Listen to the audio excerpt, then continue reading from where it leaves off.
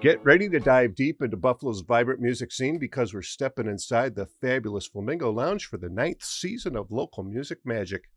In the Flamingo Lounge with Rockabilly Greg is more than just a podcast. It's a collection of stories that delves deep into the vibrant musical history of Buffalo and Western New York, creating a living archive where each story adds a unique thread to the overall narrative. This season, we're taking a deep dive into the heart of the music community. Join us for personal conversations with musicians and industry pros, where we celebrate the collective creativity that makes our favorite artists, venues, and events so special. But before we get started, I'd like to give a big shout out to our sponsors, CatsLikeUs.com, Diamond Hawk Golf Course and Pub, and valued supporters Buffalo Ironworks and Sportsman's Tavern for helping to keep the music alive. This week's guest is Elliot Sneider, a classically trained pianist turned jazz improviser, composer, and writer. After earning his doctorate in composition and performing with diverse groups across New York, Elliot's musical path took a deeply personal turn. Following the loss of his wife to cancer, he founded Merciful Traveler, a project that combines original music, spoken narrative, and improvisation to explore grief, resilience, and human connection. I am thrilled to have him here to share his story and his music.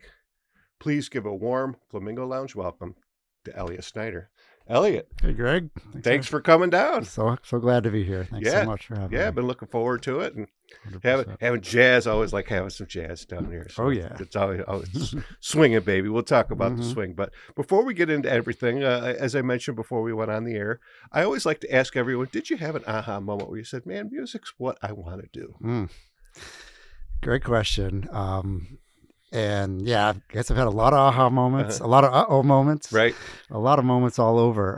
But I don't know. I think part of the bug got me when I was probably about 14 years old. I'd studied classical piano up to that point. I was playing kind of in the jazz band, learning to play stuff, but my father, actually, I'm going to give him a lot of credit. He was always a big music fan, loved Bob Dylan and Jimi Hendrix, a great record collection. Right. He went on a trip to Boston one time, and he must have gone to the Berklee School of Music bookstore. And he brought back this book of Boogie Woogie Blues piano. Oh, cool. And I picked up that book and just kind of fell into this world of blues, which I'm probably going to talk about a lot today because it is kind of the theme that to me connects so many styles of music that have been really deep to me and really meaningful. But that was one of those moments where I'd play that, and then I would be in school and I could sit down and play some of these blues licks, and people would be like, "What's before they're ignoring me in my Beethoven," but all of a sudden the blues kind of brought people around, and then. Once you start connecting that to just so many different styles of music, rock and roll, jazz, even kind of musicals, and blues is just everywhere. Right. I found myself being able to play in all styles and really play with a lot of different groups and do music directing. So that was kind of the first slide, I think, that kind of brought me into it. Right. And, so I'll give my dad some credit there. Oh, there you go. Thanks, Dad. Yeah, thanks, Dad. You talk about styles. I always get kind of curious as to how you, with the same instrument, how you get the different sounds and the different feel, for all the different genres that are kind of the same chords, but you're playing them different and you're, doing some different things to it. How do you, you said you kind of were able to get that style and feel just kind of naturally almost, so.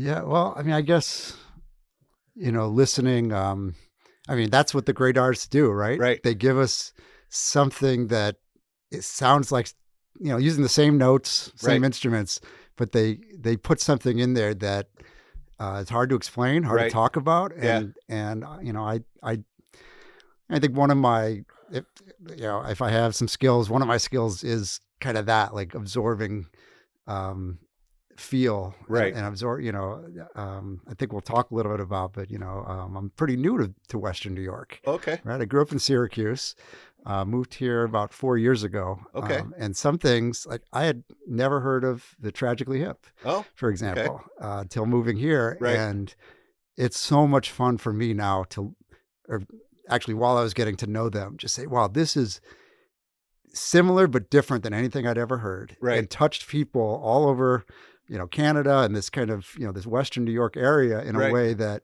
is so meaningful that for me, kind of really playing their music, playing it, trying to play along, figure out what is the feel that makes them a little bit different, a little bit of some of the vocals from Gord and the way the guitar sits with the drums. So I think style is a lot about that, about absorbing what makes great, but then also what makes things common and what we bring together. So, Right. The blues can mean so many different things. It means something different on piano than guitar too. Right. I'm a pianist, and that's a little different. But I think all of that kind of informs what it is we talk about when we talk about music. Mm-hmm. Yeah. Now, any specific artists that you go back to, like with that boogie woogie blues, especially? I mean, there's. Have you heard about the late great Stan Celeste, who's probably one of the local great boogie woogie blues pianists? So I got homework to do. Yeah, you got homework. But I kind of think of I was just listening to Jerry Lee Lewis too, and that whole kind of. Yeah, and I know there's some foreign ladies that. The Diva and the Cecilie Marcel, and there you go. They're young girls, and they're playing these great boogie woogie. It's just a licks, great, Yeah, it's a great style. It really, it kind of came out of a lot of that stride, and kind of where piano was the main instrument, but often you'd have to play solo. So what are you going to do? Are you going to play, Sunnyland Slim or some of these Pine Top Perkins, Pine Top Boogie, I think, was the one. Okay. Where,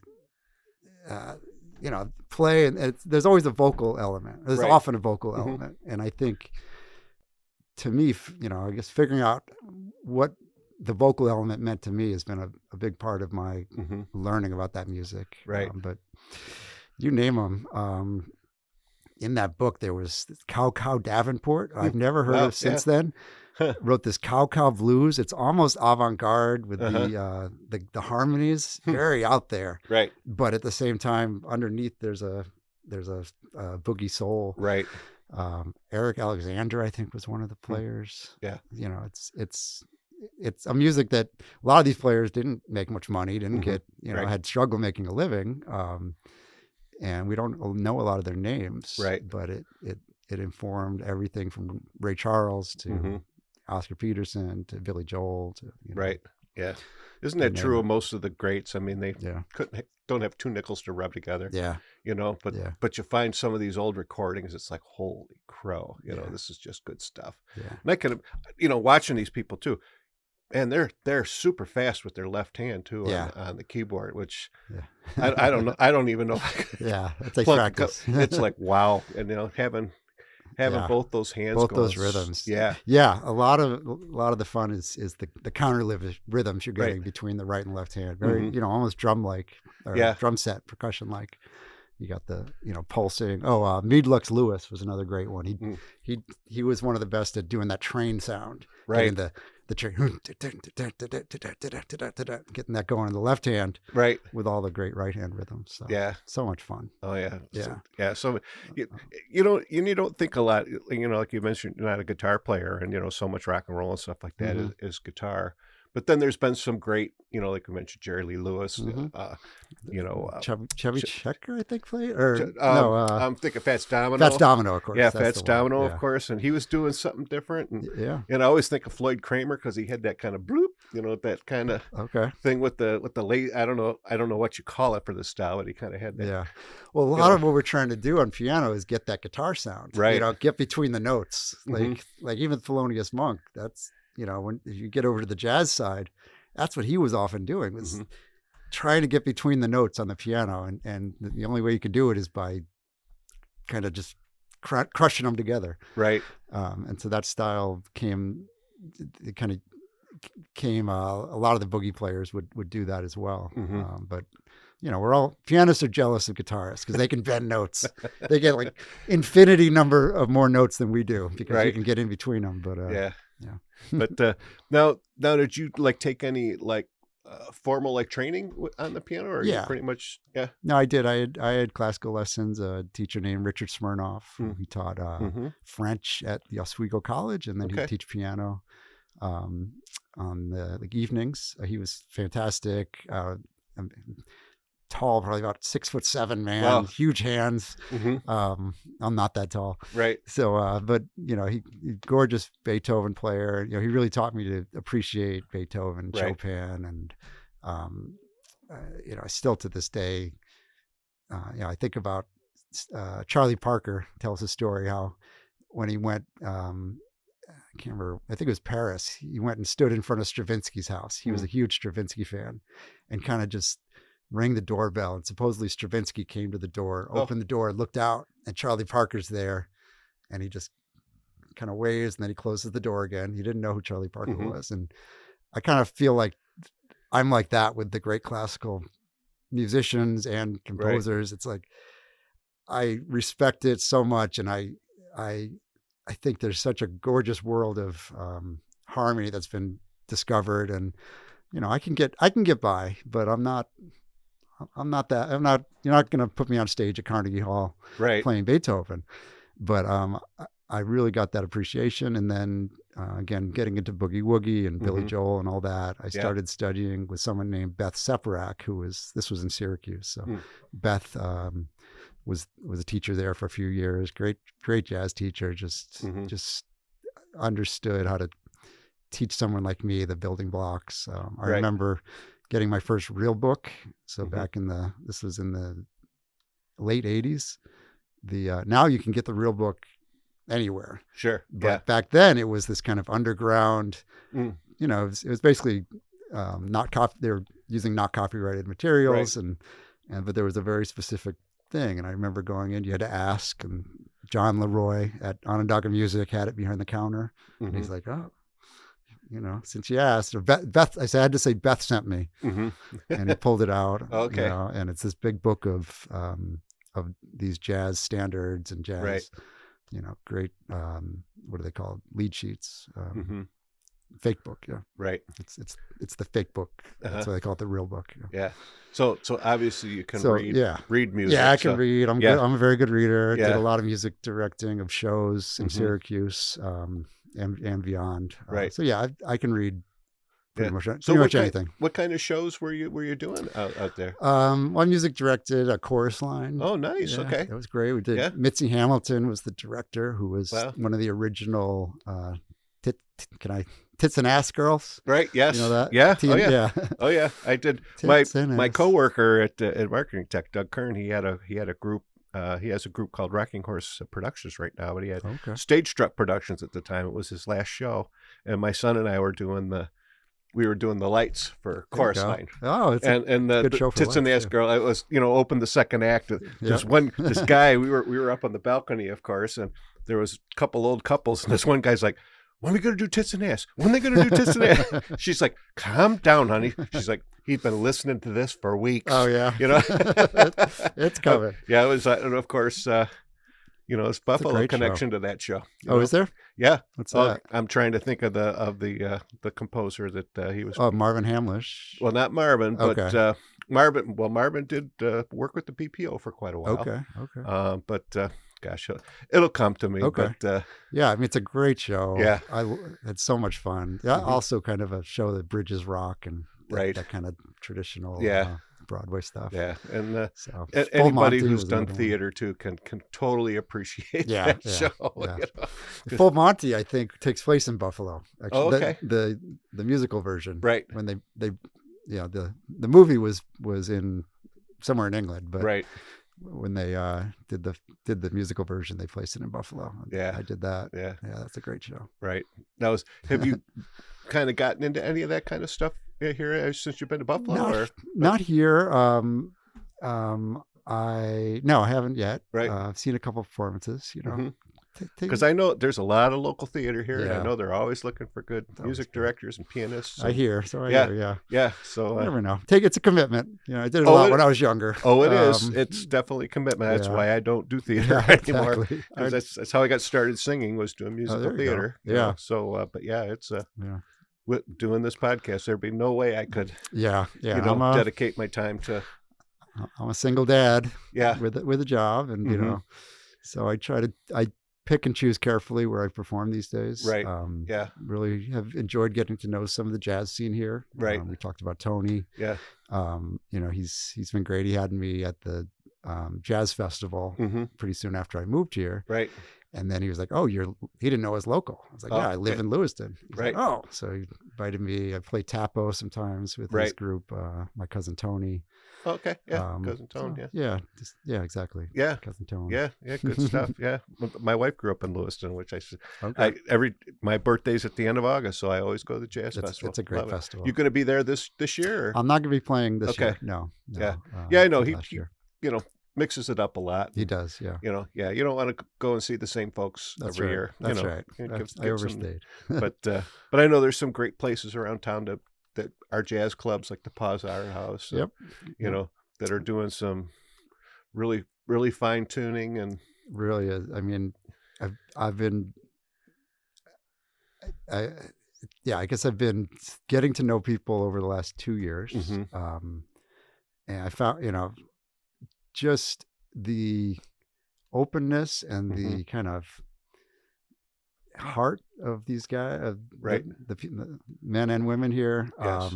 It's unusual and it's awesome. I mean, Abdul Kadir's like, he knows he's my guy. We play a lot together. Okay. A lot, there's such a warmth to the jazz community here. Right. You don't find that in every jazz community. Right. I was in New York for many years. It's a lot of great things. Warm is not one of them. Yeah. It's a little, it's tough. Right. And the warmth here is really nice because it is, I think people are still trying to find that audience and bring people out, and Tony's doing a great job of that. Yeah. But jazz is talk about genre fusion, and I was thinking about it on the way over here, like, what is jazz? Not that we want to get too esoteric, but just like rock and roll has alternative and punk and all these kind of subgenres, jazz does too. Yeah. And yet it's not as well known, maybe, those genres, and it's hard. So often jazz gets grouped together, jazz, everything's jazz. If it's improvisation with often without vocals, or if it has vocals, it's more traditional song. It's called jazz. And, but man, jazz is not just that. Like jazz is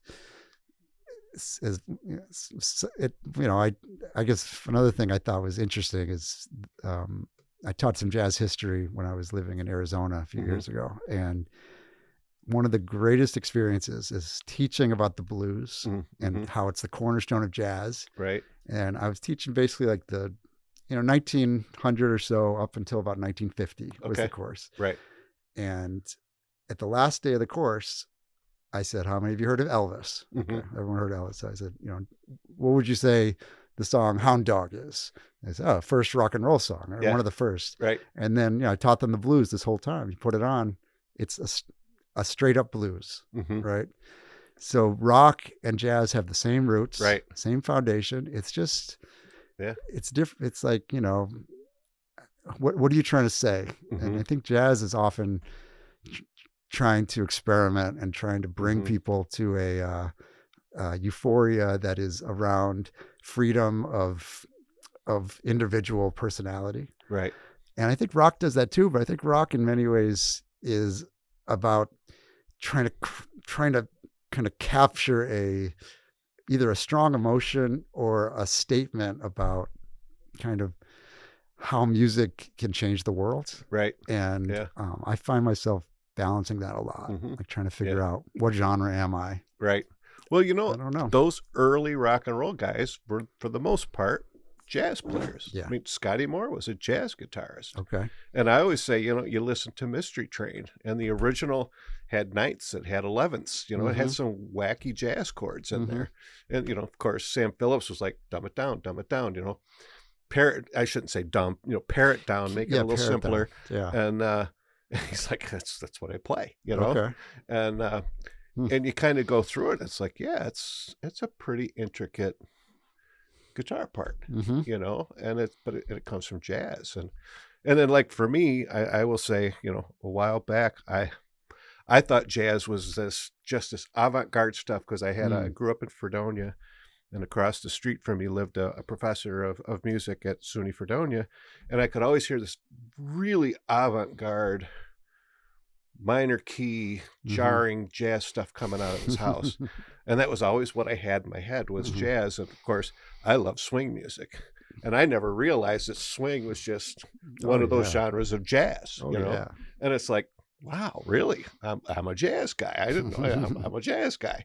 And, and all that swing, that kind of transferred over into rockabilly, which is what I dig. And that's right. That kind of, and it was all, and it's all, of course, interesting, that I loved watching Ken Burns, thing on jazz. And it's like, yeah, then when bebop came in, it's like, you can't dance to this stuff. Right. You dancers go away. It's just a whole different thing, and of course, Brubeck started doing his stuff. And, and now you've got all kinds of people, doing different things to it and experimenting. And it's pretty neat. So it was the popular music for a long time, and kind of then just distributed and became part of everything. Right. And still exists as a, like I'm a huge fan of, I guess maybe to answer one additional part of your first question, listening to Gershwin, Rhapsody in Blue when I was young was pretty profound for me. Right. That idea of this kind of popular sounds with the classical orchestra, Leonard Bernstein, that kind of transformed my idea of, I think even at a young age, you hear things are one way or the other. You're either a classical guy or you're a jazz guy, or you're a rock guy, or you're a, a R&B or rap or something. And it takes a lot of, I don't know. Something about Rhapsody in Blue to me was a real effort to try and bring things together in a way that was pretty optimistic about the world. Right. Yeah. And I think I like to do that. Right. No, I had mentioned that, I kind of got into this whole podcasting thing in music for the Buffalo Music Hall of Fame. And early on, we inducted a local jazz or a local pianist, Leonard Panario. Okay. And at the time, he has since passed, but he was said to be one of only two living pianists who actually played Gershwin the way Gershwin intended it to be played. And, wow. And there was actually Mary Coons Goldman. She worked at the Buffalo News. She got so enthralled in him. She moved out west to be with him for a while and interviewed him. And I think she wrote a couple of pieces, maybe even a book. But fantastic! Yeah, he was really. I gotta look this up. Yeah, there's.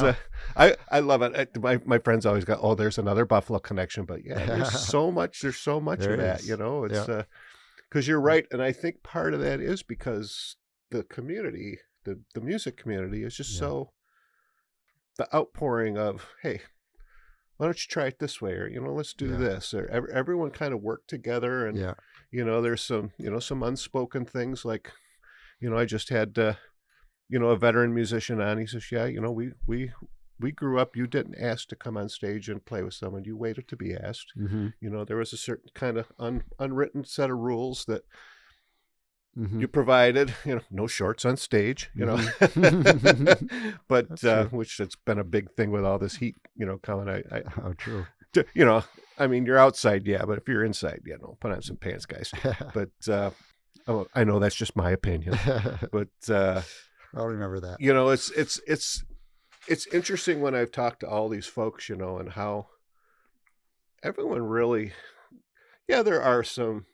some clicks and stuff like that, but that's bound to be. But for the most part, everyone does cross over, works well together. Hey, what are you doing? Older folks with younger folks, the veteran musicians, have no problem if you got the chops, but you're only 15. Yeah, play. Come on in. Yeah, come on in. That's nice. That's all that's it takes. Is having the ability. You know, and then we'll give you the shot. And I think people here, especially in the summer, just love going out to see live music. Oh gosh, and yes, that's just fantastic. I live in Lewiston. We got the Stone Jug down there. Right. Love going down there. I swear I haven't seen a bad show there. Just you never know. Thurman Brothers or one of the band, Kama Sutra, I think was one of the local bands down there. Just it's just always, really, really honest. People just, enjoying the live experience. And to me, that's why I do music. It's that live connection. I'd as much rather play like in a living room with 5 people if everyone's sitting around singing and just enjoying it than playing, like in front of a lot of people. I know. I'm the same way. I would rather go to a small club. That's why I like Pause. I like sports music because they're intimate. And you can. The other thing I also like too, and maybe it's just me, but I like those smaller clubs because the musicians are kind of part of the audience, if you will, because there's not that barrier, when you're at a big show and the musicians are up there and they come out and they talk to you, and it's like, oh, that's so cool. I really dig that. Musicians who can do that. I just saw Buddy Guy, and even even though it was kind of a big theater, he made you feel like he was standing next to you, right? And I guess I encourage people to. I mean, it's great to go see the big shows, and I have nothing against the big artists that come through. It's great going to see it at KeyBank Center or it's great. But there's so many smaller shows too that it's all about vibration. It's about vibration, being there and having someone trying to express something to you. You can get that in a small club. You can get that just even if there's not too many people there. So I always encourage live music. It's such a way of connecting with the world. Some of the best shows I've seen have been 10 people in a club. Not stadium. Well, and of course too, because of where we are, in my opinion, you can go anywhere for 10 or 20 bucks. And you can see that caliber of musicianship that you'd have to pay $200-$300 now to go down to the to KeyBank Center and see an Elton John or someone like that. But you got all kinds of folks that are doing that music or original stuff, and it's like holy smokes, it's like and it means a lot to them to be supported, and like get out there, support live original music. It's just nothing like it. And we never run out of notes. You think as a kid, you're like, by the time I'm, in college, someone's going to have used up all the chords. And you realize, no, there's always another chord. There's always something. I'm going to kind of use that to you talk about original music. So I'm holding your album that you were so gracious to bring down to me. It's called Merciful Traveler. And so why don't we get into this? We're going to play a track from this album here shortly, Saturday night. But give me the background on this album. I know it's a very personal album for you. Yeah, it is. So I guess, to get personal about it, the reason I moved here, my wife had grown up in Niagara Falls. We actually called ourselves gypsies. We were me, her, and my daughter, who was born in 2011. My daughter, by the time she was 10 years old, she had lived in New York City, Phoenix, Arizona, Niagara Falls, Syracuse, Miami. We multiple different apartments. So we were, I actually published the album under a label called Three Gypsies. That was the three of us. And so when my wife got sick, she got diagnosed with pancreatic cancer, and it was a diagnosis from hell. Right. And we moved here to be near family, and hoping that she could recover.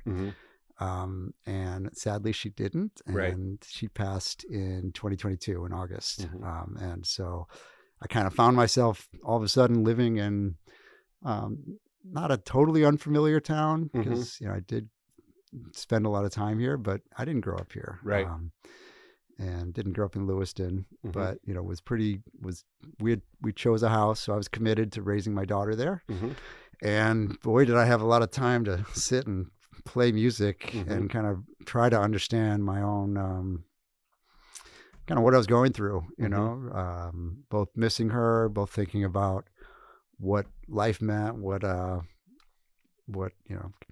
of love means, and what my life would how could I move forward and always respect and acknowledge kind of who she was, and the partnership we made, because I did a lot of things wrong in my life, but marrying her was not one of them. Right. She was a wonderful person, amazing partner, and I felt a pretty enormous void, as you can imagine. Right.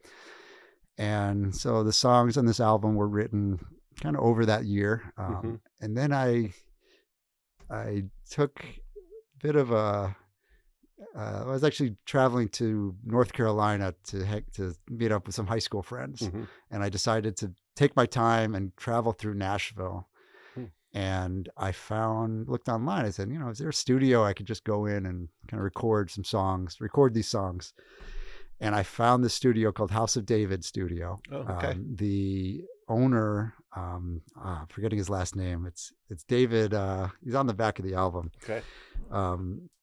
He was a pianist who had played with Elvis and played with all the, you name it, in the 50s and 60s. Right. In Nashville, and he started the studio, and he just had the exact type of piano I love. It was a little bit beat up, but also it was a nice baby grand piano, with big sound, in tune, but also a lot of personality. And it just was like, this is the perfect place. And I went in and 2 hours recorded all these songs. Wow. Pretty much one take each. So there's some flubs on the album, but it's such a personal album. Right. And I wanted it to be so, what's the word? Well, kind of raw, right? Raw. It's an emotional, it's raw. Is. It's your feelings. Exactly. Yeah. I mean, what a better way to kind of therapeutically kind of get your stuff out. I mean, for a musician, what better way than to put it into your music, right? And honor your late wife, and and help to. You're always grieving, I'm sure. I mean, I lost my parents and my brother a few years ago, and get over it. It's there's always a void, but we have to figure out how to honor them too. Keep their memory alive, right? It's a way to keep her memory alive. So it is. I was talking to a friend of mine, and I don't know how we got on the subject, but he's like, I was reading that they say we die twice. And the first time is the obvious time, but he says the second time is when we stop talking about that person. So if we can keep talking about them, 100%. Remembering them with the music, then the memory keeps alive, and then their spirit lives on. Yes. And what a good feeling, right? It is a good feeling, and and then you also hope maybe by putting your feelings out there, someone else who's going through something either similar or or just is looking to understand someone else, can maybe learn something. Yeah. And I hope there's some of that. I just know for me it was, it felt like I was really putting what I wanted to out in the world, like really represented a statement, and music was the way I was dealing with it. But but I didn't even know if I'd ever put it out. So that kind of over time, I was like, you know what, these are, it is what it is. It's really representative of something. Mm-hmm. And Merciful Traveler was kind of, I'm releasing it under that name. Mm-hmm. It kind of goes along with the Gypsy a little bit, but Right. it's I feel in some ways like I'm a traveler now. Like Mm-hmm. I'm going between the life I used to live and wherever I'm going now. Mm-hmm. And in some sense, maybe I'll always be a traveler, but I always, Sure.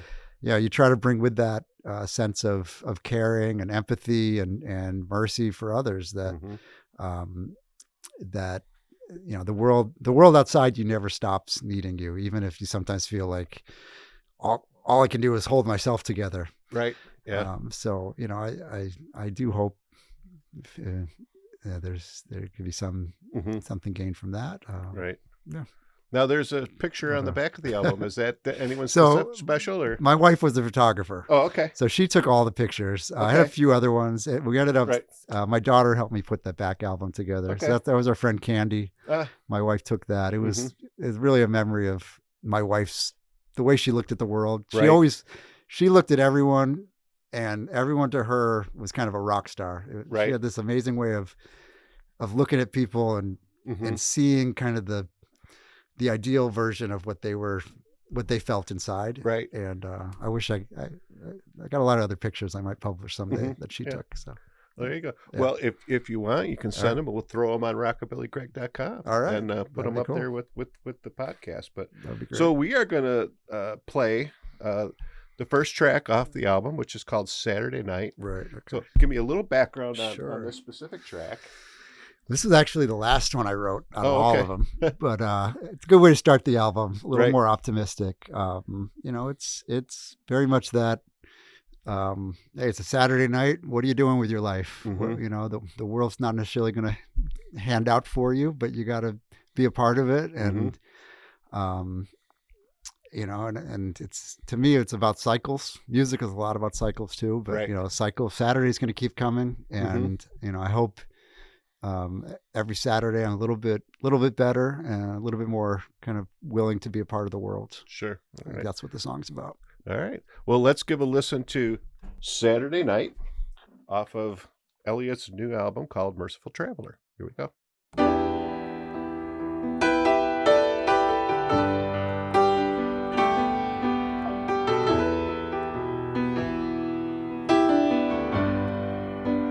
There's nothing I like more than light and watching people move. In the dark you can't tell if they got something to prove. Someone's looking for a fight. The lights, they are so bright, but I've been here before. A sign on every door, there ain't no way of being right. It's a Saturday night. Oh, it's a Saturday night. It's a Saturday night. Oh, it's a Saturday night.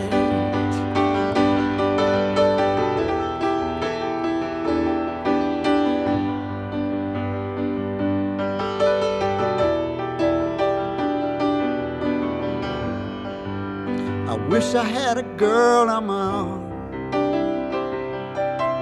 someone to keep me warm. Everyone I see is glancing up at me, sounding the alarm. I try to catch her eye, but she's walking right on by. Well, I'm a stranger here, don't mean to interfere, but I could use a little high. It's a Saturday night. Oh, it's a Saturday night. It's a Saturday night. Oh, it's a Saturday night. It's a Saturday night. Oh.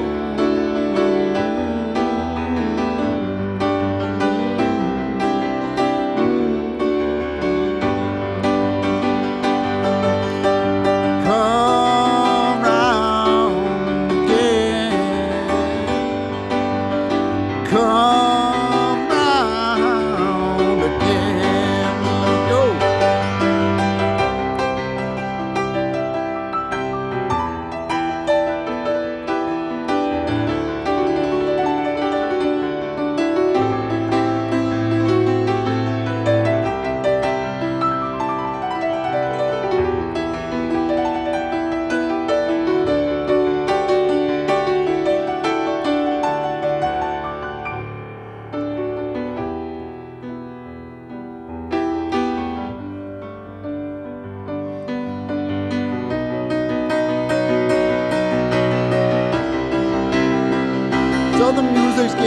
house, and the lights are going down, and that beautiful sound is covering all around. I know good things never last. I got plenty in my past, but I didn't know that they'd make me so afraid that every night would go so fast. It's a Saturday night. Oh, it's a Saturday night.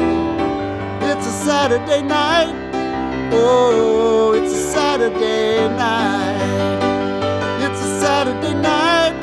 Oh, Saturday night. Oh, come round again. Come round again.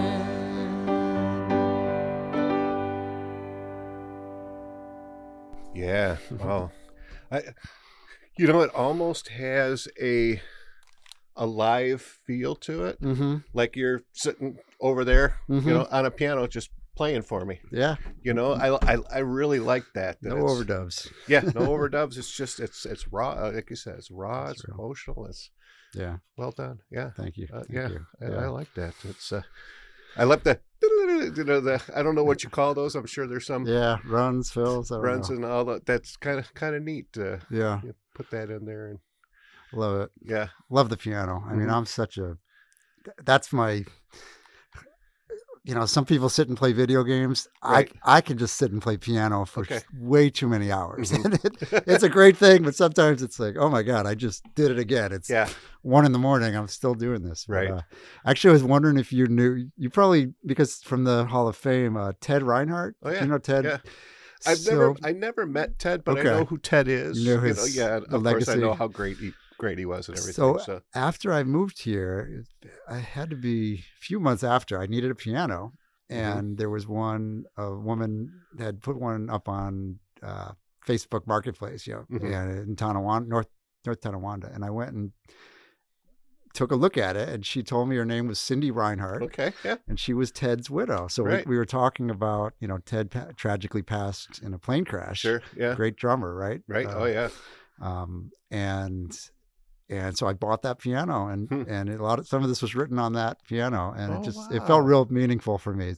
Thinking about yeah, becoming part of this community. yeah. That was Wow. something completely unplanned and Mhm. you couldn't write that, but No, it felt great.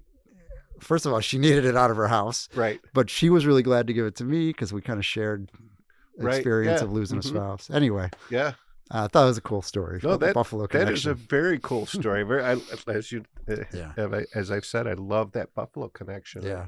Yeah. You didn't get, and of course Ted. I mean, Spyro Gyra. I mean, Mm-hmm. classic, jazz from Buffalo, and Yeah. and Yeah. he was the did a man lot on the of- lot of drums. I prog mean, rock stuff. I Yeah, heard, Gamelan and Gamelan, right. Yeah, and a whole host of other stuff.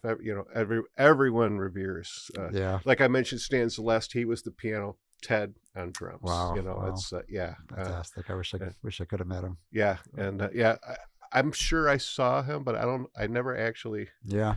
got to like shake his hand and say hello. But Legend. yeah, Yeah. total legend. So. Cool. Now, talk a little bit about the rest of the album, because there's Sure. 10 tracks, and Yeah. Yeah. Well, it's all similar. It's all the Right. same vein. It's all, Mhm. recorded the same time and place. Right. One of the songs, I had a bit of a journey. So Mhm.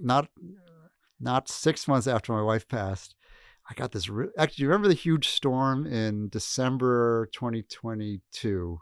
Oh yeah, like around Christmas. Christmas. Yeah. Yeah. Oh, yeah. So it's first Christmas I'm supposed to spend with my daughter. Right. She is, how old? She was 12 at the time. Mhm. She's dealing with grief. All of a sudden, I started losing feeling in my face, and the storm was going on, so I had to do telemedicine. Okay. And the guy on the telemedicine thought I was having a stroke. He said, "You have to get immediately to the hospital." Right. So I ended up going to St. Mary's, Mhm. and there was a break in the storm, and I got there. As soon as I got there, it opened up again. Wow.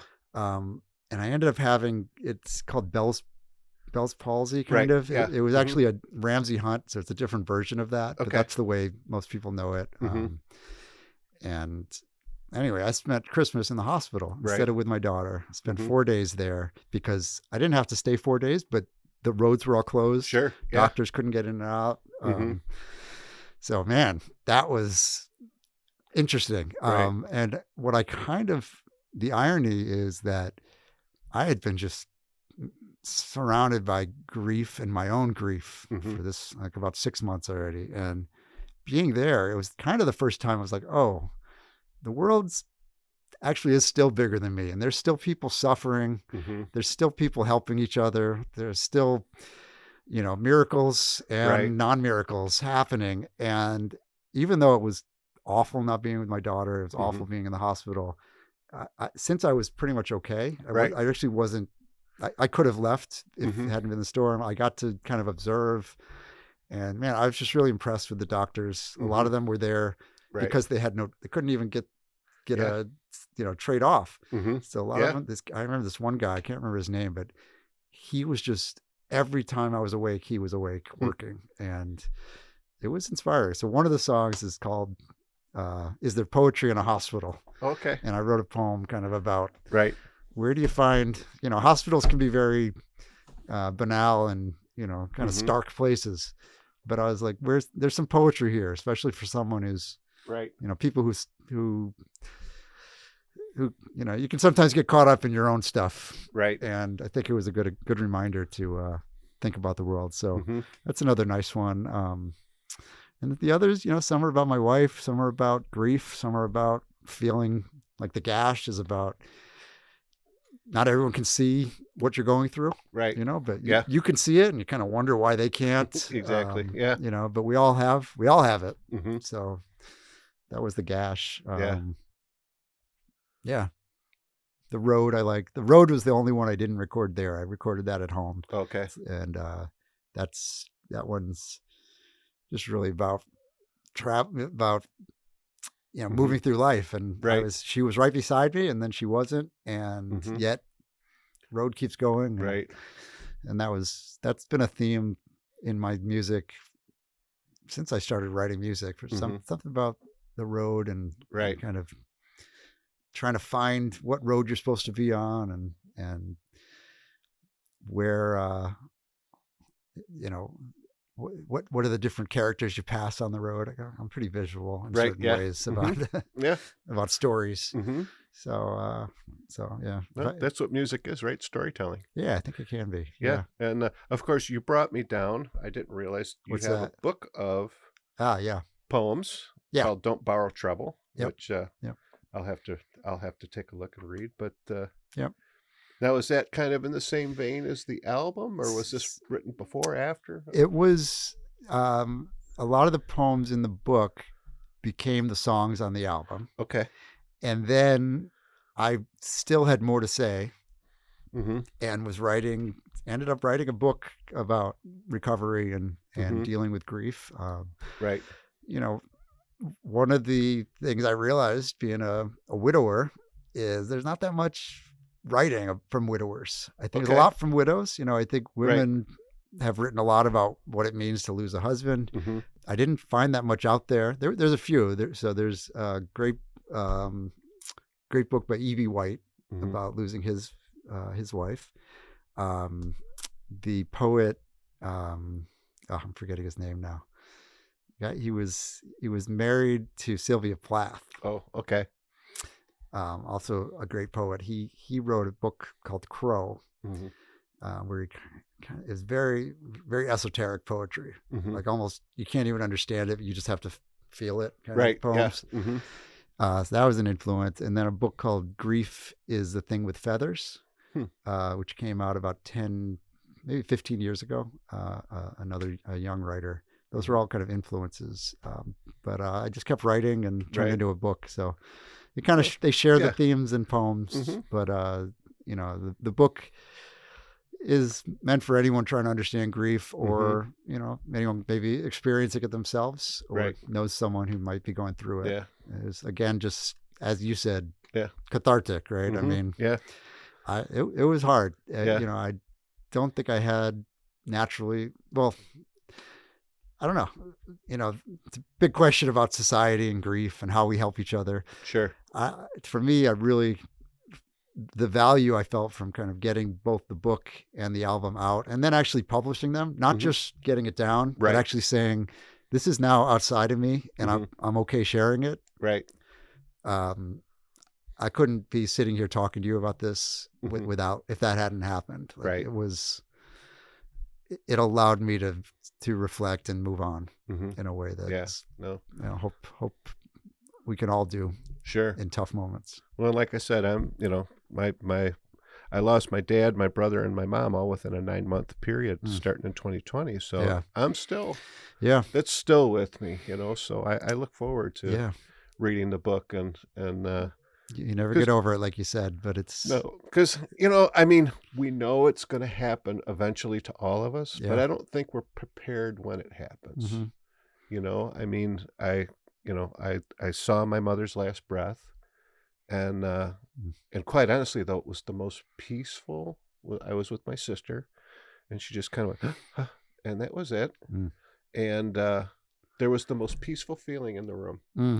Neither of us cried. We just kind of looked at each other and looked at Mom, and it was like, okay, it seemed like you've gone somewhere else, and now you're not in pain. And she went through Alzheimer's and all kinds of stuff, but it's just,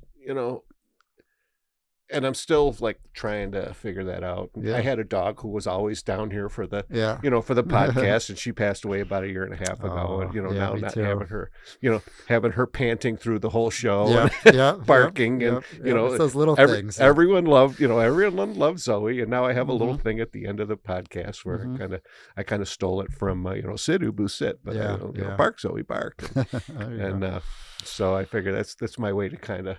Again, to kind of honor her and, keep the memory alive. Keep the memory alive. Keep that going and, smile about it. Keep those good memories. And, that's, if we can hold on to that. And, it's so important. And man, if you're gifted enough to do that in music, man, I envy you so that you can put your feelings into that. And I definitely was grateful that I had that to kind of put it into. Yeah. Let me kind of go backwards a little bit. So when did you start writing? How did, what was were you young or like high school? Or? I was writing a bit in high school. I had a band in high school, a couple bands. I've always been a relatively insecure writer, to be honest. Okay. Love playing. I had such reverence for so much music. I'm like, what does my music matter? Right. But at the same time, I have always written songs and kind of have a pretty big backlog that I got to get out there someday. Right. So, I think for me, I studied, you read, like I kind of did this doctorate in composition, which I enjoyed, to put it mildly. Like I really loved it. I loved the academic side. I loved teaching. I loved thinking about music. But when I express myself, it often is through words first. Okay. And that's kind of what doing this taught me, is that yes, I could write, and I have written like big orchestral pieces, but to me, there was always something missing.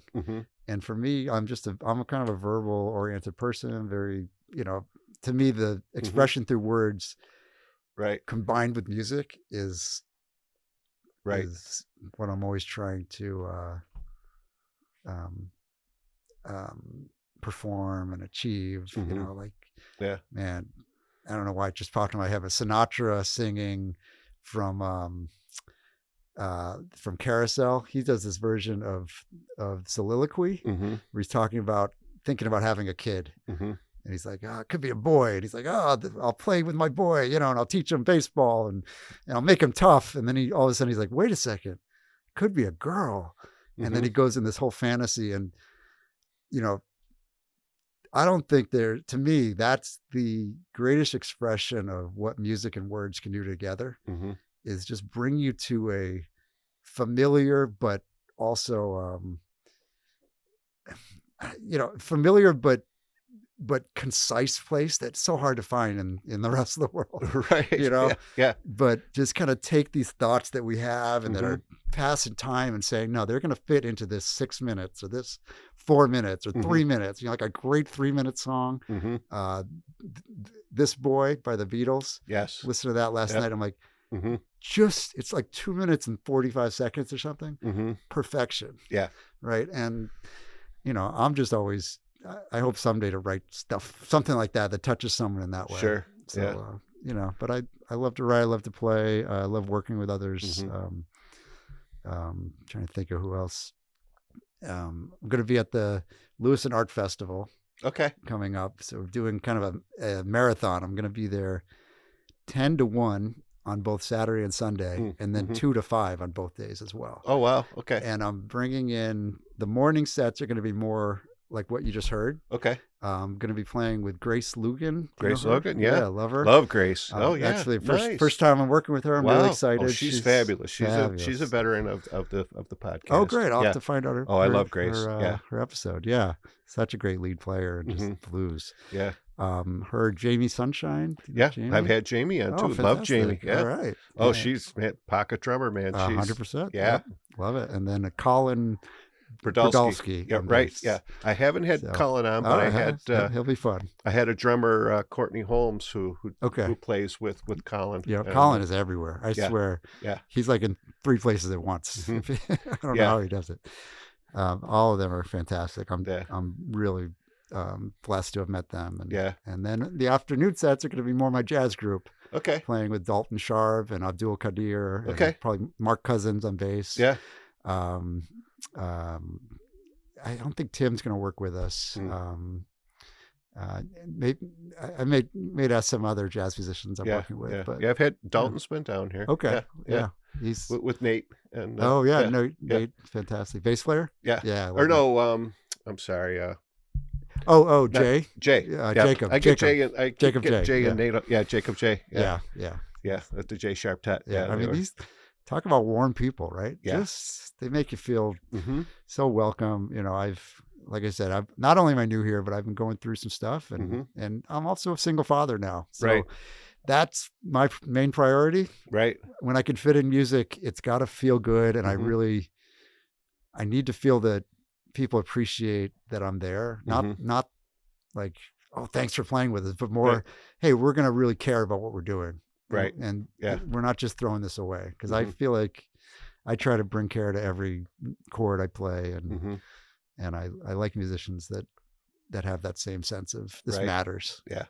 Now, has your daughter picked up any music, or she's a ballerina? Is she a dancer? So well, I play. That's in the same vein. She dances. Right? Yeah. I tried to teach her piano. She actually picked it up very well, but I think I didn't give up the seat quite enough. So I'll take the blame there, but she loves to dance. She's a great dancer. Yeah. Oh, that's great. Well, Elliot, a great kid. As I said at the top, it goes fast. Oh, we're all at the top of the hour already. So it's I thank you for sharing. Thanks for having me. Putting your feelings out there, sharing your music. Before we go, of course, how can people find this music? So I have Instagram pages for myself, Elliot Sneider, and also Merciful Traveler, TRVLR. I also have a website, 3gypsiespublishing.com. And if they go there, there's a link to the book, which you can purchase through Lulu. They print it. Okay. Or the album. And again, I'll be at the art festival playing. Cool. Okay. And I guess I'm not sure when this will air, but I'll be around. Yeah. Okay. I'm around. And I will have all of those links at rockabillygreg.com. Like we said, I have maybe some photos, and of course the podcast will be there, and and that way you can find out where you're playing, what you're doing, and support live music, folks. That's right. So that's what it's all about. That's why we have folks down here tell their story and hopefully get out and support our musical community. For sure.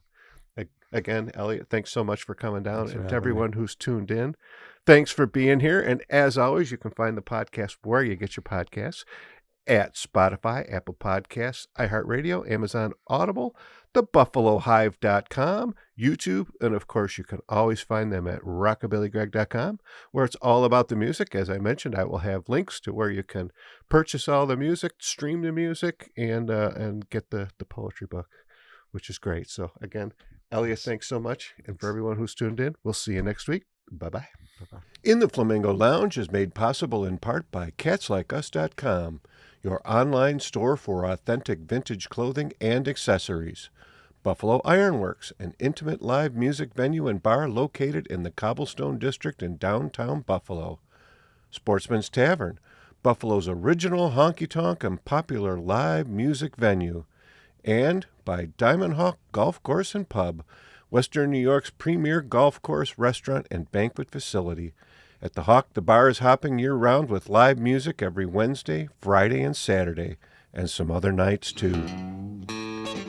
Tune in for a new episode every Saturday at 9 a.m. EST at rockabillygreg.com, where it's all about the music. Bark, Zoe, bark. Good girl.